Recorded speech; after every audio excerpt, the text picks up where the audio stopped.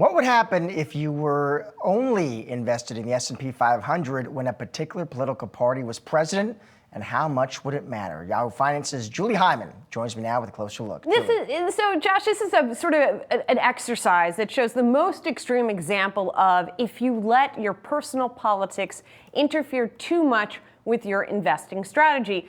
It's a safe bet that there probably aren't too many people, if anyone out there, who just pulls their money from the market during the administration of the opposing party when they are in power. So, but that said, the point of this exercise from LPL Financial is to show, in their words, that it's policy, not politics, that makes a difference. So their exercise is they take a look at the S&P 500. They suppose that you invest $100,000 in 1950 in the S&P. Now, if you only put your money in when Republican presidents were in office, you would make $1 million by now.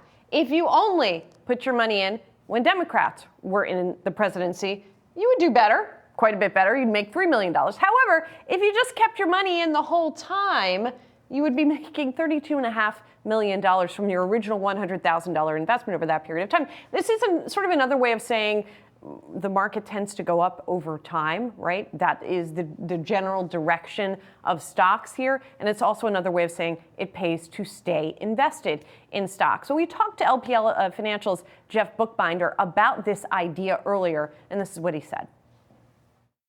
We have remained fully invested. That's been our recommendation. We're neutral on equities, and it really takes a lot to move us much off of that. The numbers here are very compelling in terms of staying invested. So certainly there were some Democrats that missed out on gains during the Trump presidency before. There's certainly the opposite as well. So staying invested, the stock market goes up something like 78% of the time. Staying invested over the long haul makes a lot of sense.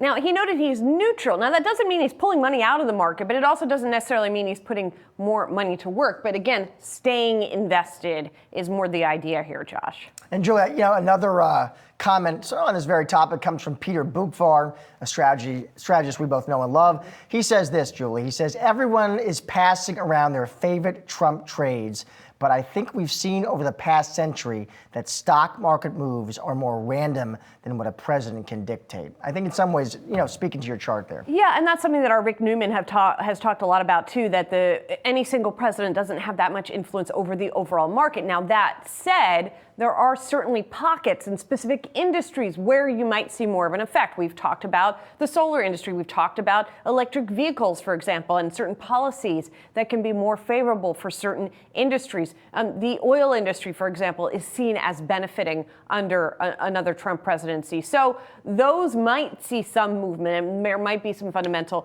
effect. It's harder to make suppositions about the market as a whole. All right, Julie. Thank you. Appreciate it.